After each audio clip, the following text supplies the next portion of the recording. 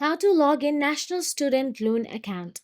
So let's get started. First of all, simply open your preferred web browser and search for the National Student Loan account. So simply tap on your website at the top and navigate to its official website. And once you're inside the official website, you will get to see login option available at the top right corner of your screen and tap on the login. Then you'll be navigated to enter your credentials. Now here all you have to do is choose your sign in method. Simply scroll down.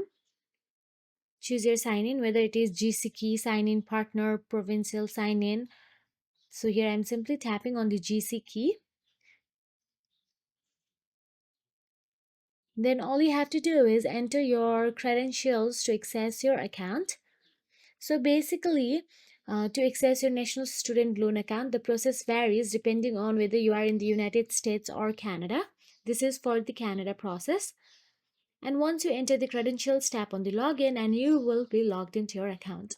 If you found this video helpful, please like, share and subscribe our channel, and thank you so much for watching.